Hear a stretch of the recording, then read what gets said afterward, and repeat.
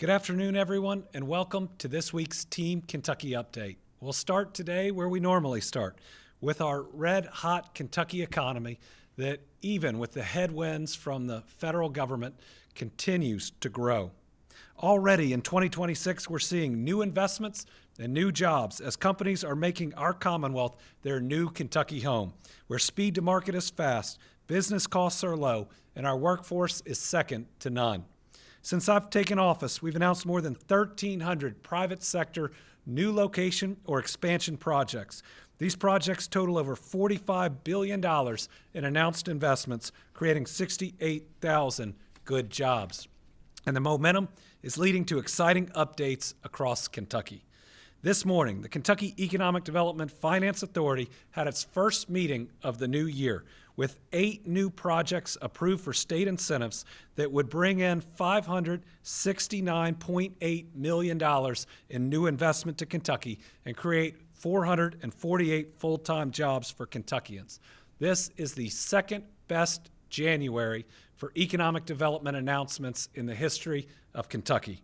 Among these approvals were Rush Group Limited, which is looking at a $71.5 million investment in Oldham County that would create 250 new jobs. Steris Corporation, a $12.8 million investment that would create 25 full-time jobs in Shelby County. Nada Studios, a $28.8 million investment in Jefferson County. Melco HVAC, a $167.2 million investment in Mason County. Donaldson Machine, a $1.6 million investment and 10 new full-time jobs in Lincoln County. Corning, a $268 million investment, 60 full-time jobs in Mercer County. And Vibon Specialty Adhesives, a $14.1 million investment and 78 full-time jobs in Simpson County. And this morning, we announced an exciting new project within the state's manufacturing sector. James Composites, a producer of fiberglass barge covers, will be investing $5.8 million in Marshall County to establish its first operation in the Commonwealth, creating 25 quality full-time jobs. This family-owned company provides several services to the inland river industry. They include towboat and barge repair, new construction and painting of towboats, barges, and dry docks, groceries, supplies, and fueling, and towing, chartering, harbor, and fleet services. The 25 quality jobs the project will create means an opportunity to improve the lives of 25 Kentucky families. I want to thank the company's leadership for their trust in this great state, and we want to welcome them to their new Kentucky home. Yesterday, I joined an iconic company that has a long history in the Commonwealth to announce a great new project in Louisville. GE Appliances is establishing the company's first ever in-house water filter manufacturing operation at its Appliance Park headquarters. The operation is another major project stemming from GE Appliances' ongoing $3 billion new investment in American manufacturing that it's going to make over the next 5 years. The new line created 30 new jobs with the potential to expand further with additional water filter manufacturing lines. I want to congratulate the team at GE Appliances on this major step towards what will be their first ever water filtration manufacturing operation. This project coming to Kentucky reflects our leadership in manufacturing and our strong and skilled workforce. For those that want to be real proud of Kentucky, you ought to listen to the speech that GE Appliances CEO Kevin Nolan gave. He said he was out at a conference and a CEO from another state said, "We can't build things in America anymore." And Kevin looked back at him and said, "Well, you should come to Kentucky and see how we're doing it." That is a great ambassador for the Commonwealth. Congratulations to GE Appliances. There was another exciting project we got to celebrate yesterday in Louisville. The second was a ribbon cutting on a new 7,000 square foot facility for Wicked Technologies. Wicked solves the problems we don't always talk about. First with their bed sheets and now with their new product, Wicked is keeping their momentum going. They're helping people not just in Kentucky, but around the world. Allie, the leader of Wicked, plays an important role in Kentucky's startup scene and is a great example of taking an idea and turning it into a reality. She started her career as a child therapist before taking a risk. She bet on herself, and she is very successful. In Kentucky, we work hand in hand with businesses like Wicked because we understand that while we love these big announcements with 100 or 200 new jobs, most of the new jobs created in Kentucky every year are created by small businesses. And so these jobs at Wicked are so important. Congratulations to Allie and the entire Wicked team. Okay, Kentucky, we've got more great news on our progress to provide safe medical cannabis to eligible Kentuckians. On January 1st, 2025, medical cannabis was made legal in Kentucky. And in just a little over a year, I'm proud to say we've launched every step of the process. From the cultivators, those are the folks that grow, to the processors, safety compliance facilities, and the dispensaries, we're making progress on all of them. Today, Kentucky cut the ribbon on the Blue Stage Dispensary in Nicholasville. And tomorrow, New Era Dispensary will open right here in Frankfort. Folks suffering from serious medical conditions like PTSD, cancer, multiple sclerosis, and more now have a safe alternative that can deliver relief. We currently have 3 dispensaries open with today's ribbon cutting, which will increase to 5 tomorrow. Also approved to operate, it'll increase to 4 tomorrow. 3 open as of today, 1 more opening tomorrow. Also approved to operate are 5 cultivators, 2 safety compliance facilities, 2 more dispensaries that are preparing to open, 9 licensees actively undergoing inspection. We also have more than 28,000 electronic certifications, 18,000 approved cardholders, and more than 510 registered practitioners. Our work is giving folks an opportunity at a better life with less pain and suffering. Okay, after a weekend of severe winter weather, we're continuing to work to clear roads, restore power, and help Kentuckians in need. While the snow and ice moved out of the state Monday, dangerously cold temperatures followed, and they will continue through the days ahead. And on Friday, we're expecting to receive more snow. It should be light accumulation, about an inch or less, but with the cold temperatures, it could prove problematic. Wind chills will be 5 below to 15 below Friday night into Saturday morning, so those cold temperatures continue to be dangerous. We need everyone to remain alert, but when it warms up during the day, when that sun comes out, definitely get outside, but be careful, bundle up. Watch out for ice. I know everybody has been cooped up. We are going to have times during the day that it'll be okay to get outside and see the sun a little bit. We're still reporting 11 confirmed deaths, but our team is investigating the possibility of more. Last night, we confirmed the passing of a 55-year-old man in Livingston County. That was the 11th death. We're praying for all the families that have been impacted by this storm. Power outages. This is good news today. We're down to, I think now just under 6,000 outages. It was 6,080, but I think we have cut another 100 plus off of that. That's down from 73,590 at the height of outages on Sunday. That means 91% of all the connections have been restored for power. We still have 11,029 connections on boil water advisories. We have 530 Kentucky connections without water.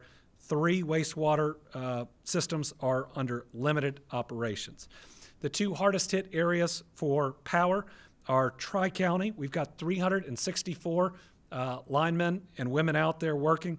I think there's about 2,843 connections in that area that don't have power. The other one is South KY, 325 linemen and women working in the area, 2,815 customer outages. So if you add those up, I mean, that's a significant portion of the remaining folks that don't have power. Last night, over 893 people were in our warming centers across the state, including 86 at a Red Cross shelter. We still have 111 warming centers set up across the Commonwealth. We've lost too many people to hypothermia. We may have lost people to trying to heat their home in a way that's not safe. These warming centers are out there. We want to encourage people to go to them. Make sure you're safe over the coming days. There is one that is close to you. The site is linked across my social for those in need. It's also at kym.ky.gov. To date, the Kentucky State Police has received 11,864 calls for service. They've conducted 513 wellness checks and responded to 713 requests for motorist assistance. State Police continue to encourage Kentuckians to call 911 only in emergencies. KYEM has conducted 356 rapid needs assessments from the calls that they've received. Their number for unmet needs is on the screen, 502-607-6665. Now for our roadways, which were seriously impacted from the ice and snow accumulation across the state. State highway crews remain on duty, especially in the hardest hit areas. They are along the western Kentucky and Bluegrass Parkways. They're at areas that have received more ice than snow, like Todd, Christian, and Muhlenberg counties. They still have some primary routes packed with ice. Grader and plow work continues there and on secondary routes in the regions to break up ice and the hardest of packed snow. Grader operations are also taking place in Fayette County, including Georgetown Road, Harrodsburg Road, the inner loop of New Circle Road near Old Frankfort Pike, and Winchester Road, and on I-64 in Clark County. That area got pretty icy. Crews made progress yesterday on secondary back roads with the remaining snow cover in many western and central Kentucky counties yesterday, and expect to make more progress today. To give you an idea of how much work they've done, since Friday, state and contracted plow crews have tracked 793,000 miles of plowing. And again, I said it the other day, before anyone says we don't have that much roadway in Kentucky, they're doing roads multiple times. That's just how many miles they have been out there working and working and working on the roads. That's enough miles to circle the earth more than 31 times. They've been working pretty hard. Current traffic closures, this was as of about an hour ago, include I-64 East in Shelby County at mile marker 39. All lanes were blocked due to a commercial vehicle tanker overturning. The spill's contained. There's a detour via exit 35. KY 1156 in Madison County had lanes blocked due to ice near the intersection with Kentucky 169. Kentucky 15 in Letcher County at mile marker 2.6 has all lanes blocked due to a water main break. US 45 at mile marker 9.3 has a water main break. Some traffic restrictions are in place at the US 45, US 62, KY 731, the intersection of all those roads. In Ashland, a water break has US 23 reduced to one lane in each direction. So we're going to continue to have some challenges on the road that are from the original storm, some due to conditions like the cold when there's a water main break. So everybody, when you're out, just go slow. Next up, we have some great updates from around the state on our long-term disaster recovery efforts. As we continue to recover from the snow and ice this week, we need to remember that we've gotten knocked down before, but we always get back up. Let's start in Floyd County, which was flooded in 2021, 2022, and last year too. In 2022, after the floods, I stopped by the Floyd County Community Center. I shot basketball with the kids there. The building was used as a staging ground for relief efforts, a place where first responders rallied and where people sheltered. This building saved a lot of lives. Using a $750,000 grant from Team Kentucky, they've now made some significant improvements there. Now the center is reopened after renovations, and at the community center, Floyd County is hosting after-school programs that offer free Wi-Fi for kids. They're restarting a basketball and a volleyball league, and they're hosting Narcotics Anonymous meetings, helping those battling addiction. I got a lot of memories from this community center. I was happy we could support these upgrades. We have a quick video from Judge Executive Robbie Williams on this project. Good morning. This is Floyd County Judge Executive Robbie Williams. I want to extend a heartfelt thank you to Governor Beshear and his team. We recently received funding through a CDBG grant to refurbish our community center here in Martin, Kentucky. That center is used extensively by our youth leagues and various programs that we have established there at the community center. But we do want to thank you and your team for everything that you do to help us, and keep up the good work. Thank you. Thanks to Judge Williams. Also in Floyd County, thanks to his and others' work, we're seeing great progress at New Hope Estates in Prestonsburg. This is one of our 8 high-ground communities in eastern Kentucky. Eventually, the neighborhood will be the site of 34 homes. Team Kentucky is providing $12 million to help with this project. We broke ground last July on the 3-year anniversary of the floods. And now, less than a year later, we have 4 homes under construction. All 4 homes already have buyers. And we expect to close on 2 of the homes within a couple weeks. This is some drone footage that you see next to me of the progress of the site. I can't wait to visit it again. In Breathitt County, the city of Jackson is in the process of building 2 homes right off Highland Avenue. This is part of a project to build 8 homes for flood survivors in town with the support of $2.3 million in disaster recovery funds. And the groundwork is underway at the Top Cat High Ground neighborhood site, which we visited. This will eventually be the site of 17 homes for flood survivors. We're supporting this project with $6 million. By the end, it's gonna have a really unique look with the houses almost terraced going up the hill. In Letcher County, we announced last year we were using $4.5 million to turn the old Fleming Neon High School into 18 affordable apartments. The Trump administration paused certain parts of the Section 8 vouchers that we were using for that project, which caused some delays. We've worked with the developer on modifying their application, and now they're moving forward with the project. We're not letting anything get in our way when it comes to creating more housing options for our people, especially in areas that have experienced natural disasters. In Perry County, we're moving forward with the Skyview High Ground neighborhood. We have 5 homes completed or occupied. 4 more homes will be move-in ready within the next month. In total, 29 homes are now under construction, and all are moving forward. We'll make sure that we put some of the aerial photos of this. I think we've got one coming up out there. It is spectacular in what this new neighborhood and community is going to look like. Next up, we got Chestnut Ridge in Knott County, where we're nearing completion of the road work in the western portion of the property. We expect this to be finished by the spring. We have 4 homes under roof on our portion of the property, and once we complete the road work, we're moving forward with 4 more. On the eastern portion, we've begun road work, and we expect to be complete this year. At Chestnut Ridge, we're planning 175 homes in total. Some of these will have multifamily units. We want our people to have options. In the West, you all heard me brag about making the largest single housing announcement in our history. We're building more than 900 affordable apartments across 4 counties in western Kentucky, and construction has started on several of these developments.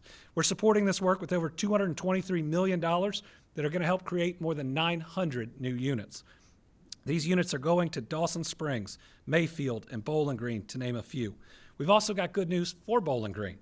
Using $900,000 in disaster recovery funds from Team Kentucky, the city of Bowling Green partnered with Habitat for Humanity to build 6 homes for tornado survivors.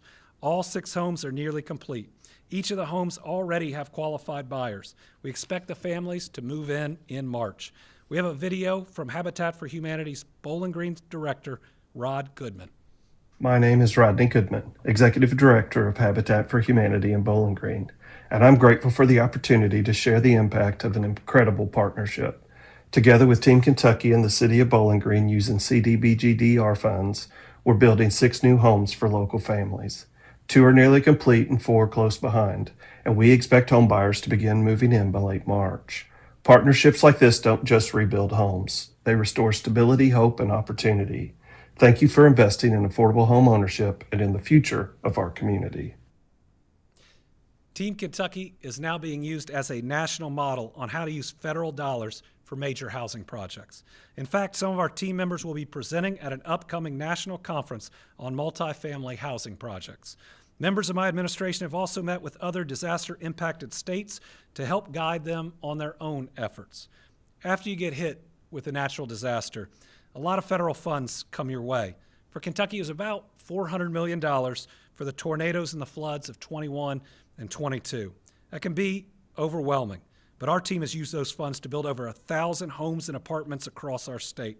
That was in combination with dollars that we raised from the Team Kentucky Emergency Relief Fund and through partnerships with the Kentucky Housing Corporation and more.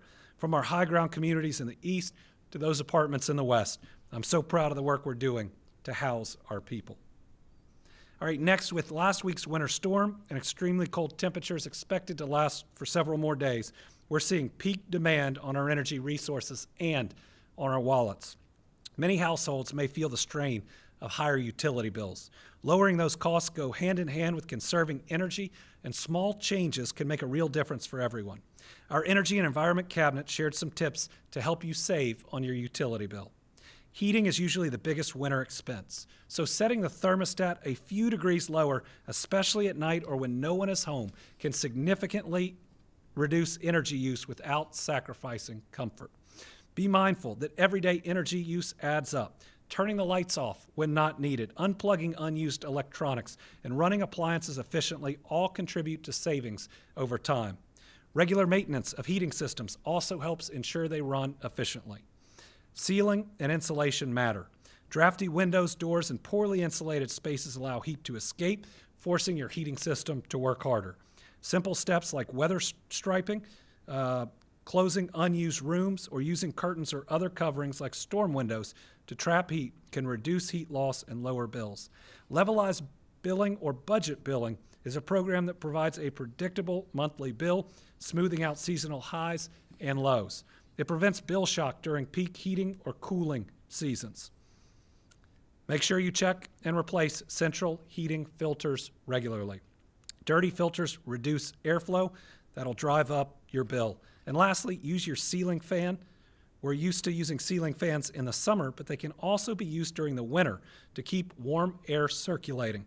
To do this, reverse the motor so it rotates clockwise at low speed. The ceiling fan won't change the temperature in the room, but it'll help warm everything up. By making thoughtful choices, we can stay warm, cut costs, and use energy more responsibly through the season. All right, since I took office, we've taken some great steps forward in fighting addiction and building a safer New Kentucky home. Together, we've increased access to treatment resources in every corner of our state, which is why we've been able to reduce overdose deaths in the Commonwealth for 3 straight years. An important piece is the efforts of law enforcement who work every day to get dangerous drugs off our streets. That's why I'm proud to share an update on the great progress of our Kentucky State Police and its efforts to help us continue reducing overdose deaths.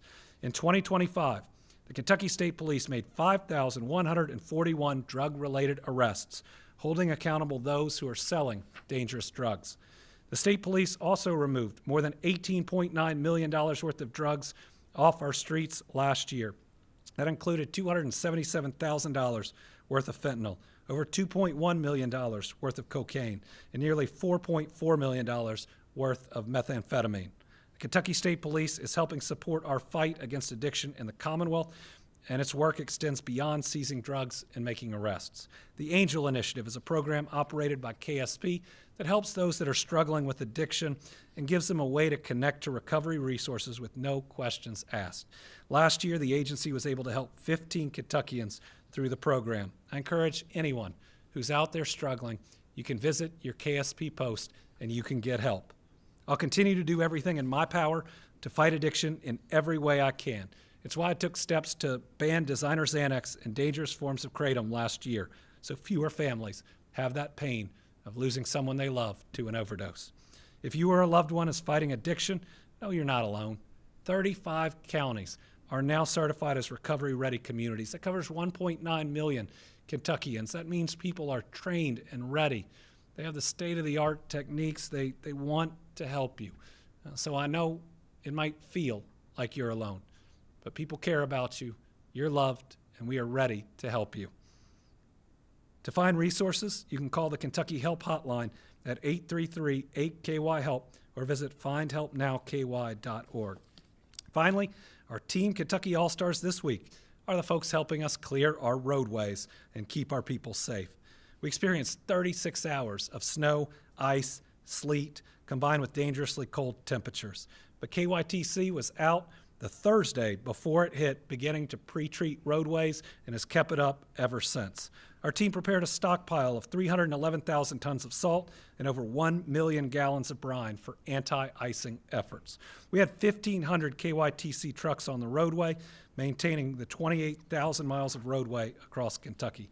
We also had 12 heavy-duty wreckers that were contracted in advance. This was an extra step we took, and we pre-positioned them around the Commonwealth. And we had one large commercial vehicle that went off the road, and we were able to get that fixed and to get the road operational again faster than I think we ever have in the past.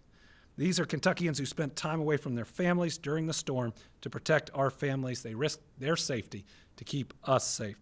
We are grateful for their work, and we ask that you go slow and that you give them a wide berth.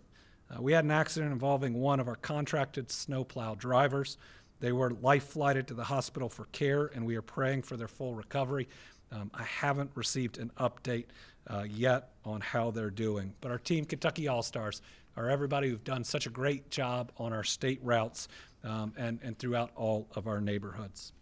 Okay, with that, we have 6 total journalists today, 3 here in studio and 3 virtual. We'll start with Karen. Mayor Borton said that I guess some state transportation vehicles were able to assist in Fayette County. Is that the case, and how many counties are they able to help in outside of the major roads? And if things get bad again, will they have to go back? So the state of emergency that I filed had enough flexibility where starting, I believe it was yesterday, we were able to send extra snowplows and grinders to Kentucky, to Lexington. I think they started at New Circle, but as you heard today, they're working on a lot of others. I believe they're there throughout the full day today, and that we have the resources to continue to help in Lexington. They are also working in specific areas that got hit hardest. Certainly the Allen, Barron County area with all the ice that they got. But I'm really proud, especially of our state group. The interstates were in good shape, but we did get a little lucky. The way the sun came out for 2 straight days got the temperature of the roadways warm enough, even though the regular temperature out there wasn't, for our salt and brine to be effective. Isaiah. Thank you, Governor. I had a question regarding Senate Bill 1. It was heard in committee. That's the power structure JCPS bill. It actually passed through a Senate committee today. One senator called it academic genocide, what's happening in JCPS with some of the performance scores, specifically the schools. The own superintendent was there today saying, don't shift the power to me like that. We want to keep going the way things are. Let me improve this district. He's fairly new. What's your take on sort of this power structure bill and the efforts that are happening? So my belief is that decades ago, we made a decision that we should have local control with our school boards that should guide our education efforts in our communities. I believe the best solutions for Jefferson County, which faces challenges that no other county except maybe Fayette face with its size, the best solutions are going to come from within that county. We shouldn't have a state legislature that only legislates for one county out there, even if it's coming from right intentions of wanting to make sure that everyone gets the best education. But how about this? How about they actually fund pre-K? Because a lot of those students that are coming into JCPS are behind before they ever step through the doors.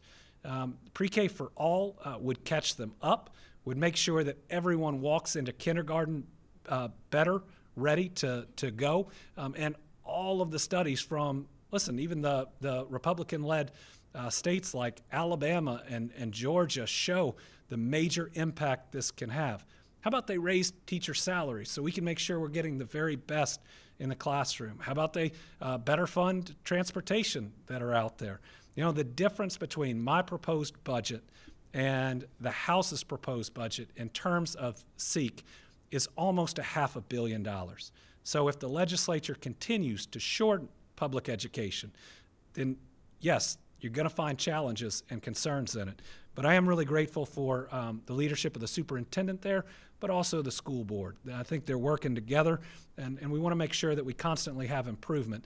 But it's not going to happen through a debate and constantly passing laws from House members and Senate members that aren't from Louisville.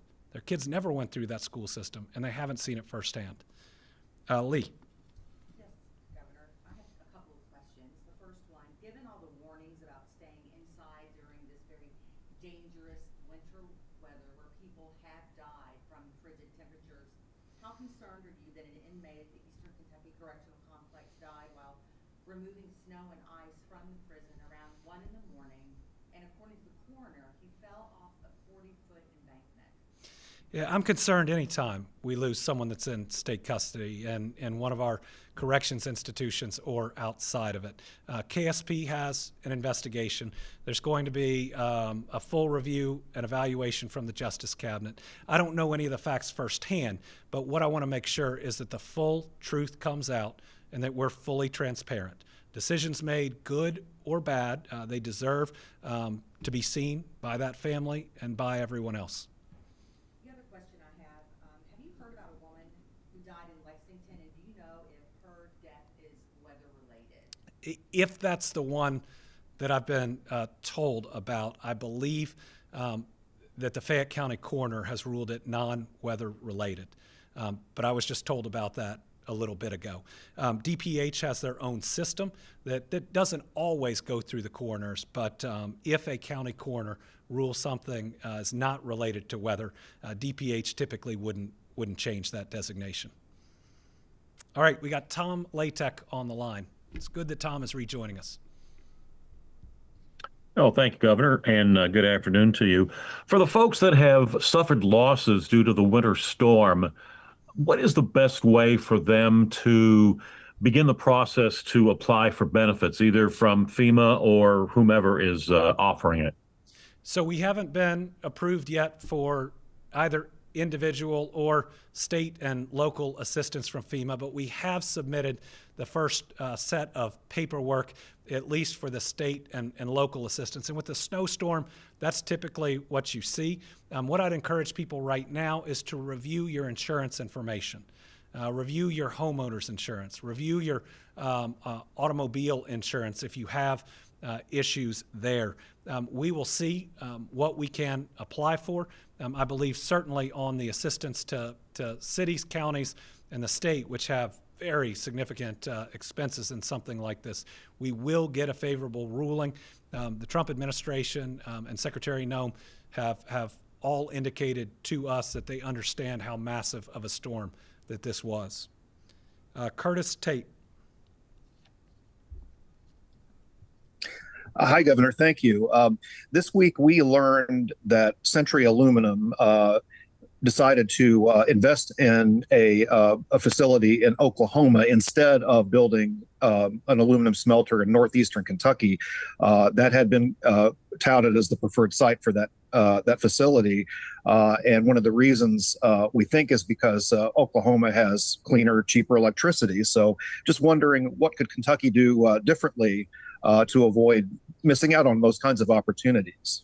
Yeah, economic development is an area where you win some, you lose some, and we've won more these last 6 years than ever before in our history. The last 5 years, we've been top 5 in economic development per capita every single year. That means better than 45 other states. We've had our first, second, third, and fifth best years in the last 5 years, and so we've won a whole lot more than we've lost. Nobody worked harder to get that Century Aluminum plant in Kentucky than me. I went up to D.C. 4 or 5 times to lobby for an award, a grant. There was $500 million to Century. Now, in their application, it said it was coming to Kentucky. And the Biden administration, when they were in charge, said if you have an application that says it's coming to Kentucky and you get points on the application that gets you the award saying you're going to send it to Kentucky, it has to go there. I don't know if the Trump administration has changed that since or if they're foregoing it. I would certainly have concerns of applying for something being in one place and then getting to take the money to another. We do need to continue to diversify our sources of energy production. Listen, companies that come always want the following in their energy. They want it to be affordable, reliable, and sustainable. And really in that order. They've got to hit the right price point to make sure that they can make a profit creating and selling their product. The lights always have to come on, but all of them want a more sustainable energy portfolio because their downstream customers want that too. Where they're exporting it to might require that. And so we need to continue. Now, I think there's been some major strides. Eastern Kentucky Power got a $1 billion grant from the federal government and are diversifying right now. They've got some really neat small hydro projects that we are testing out. We look at nuclear and projects that I believe are coming to Western Kentucky, which are exciting. So, in the future, we do need to do that. Now, in any type of major project like this, whether it's Century Aluminum or a data center, one of my red lines is our families can't bear the brunt of the energy demands from any of these companies.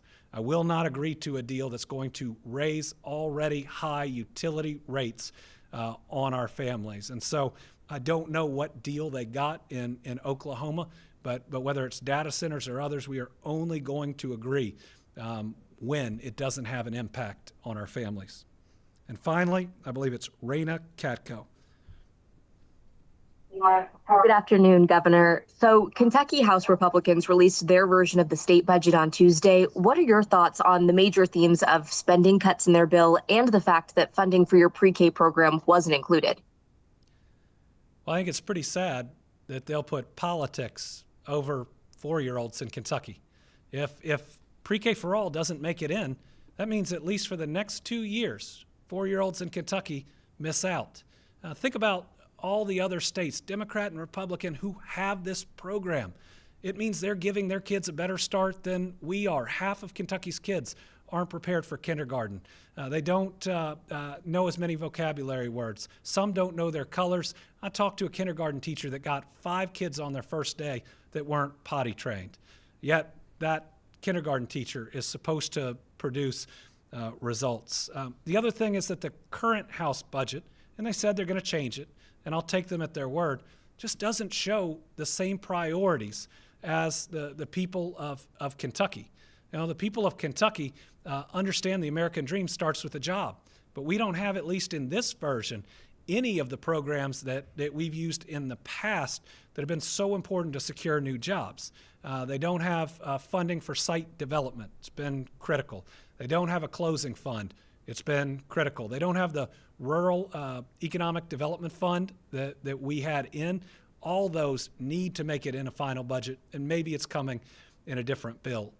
They don't prioritize education, not pre-K, cuts to higher ed, which experienced so many cuts in tougher times, and about $500 million less for K through 12 than I had in my budget. Public safety, they don't have money in for a very important, and I get it's very expensive project for the Kentucky State Police that would make sure their radios can work in every single part of Kentucky. If they don't, then we're less safe. And then in healthcare, their budget would be the final nail in the coffin for so many of our rural hospitals. Think about what our rural hospitals are going through. The big, ugly bill's cutting about $1 trillion nationwide. 35 Kentucky rural hospitals are at least faced with possible closure. Then Congress refuses to extend the ACA subsidies. More people lose coverage that is even a better reimburser to those same hospitals. And now this budget, I think, would cut $100+ million in Medicaid compared to my budget in the first year, and $600+ in the second year. Those are dollars that our rural hospitals, at least certain practice areas, do not survive without. The people of Kentucky aren't asking for a lot. They want a good job. They want to be able to see a doctor when they're sick. They want to drop their kids off at a good school. They want to feel safe in their communities, and they want safe roads and bridges they drive on. The House budget doesn't deliver that yet. I hope they'll step up, make the changes, and better serve the people of the Commonwealth. Thanks for that final question. That's a good one to close out on. We'll see you next week.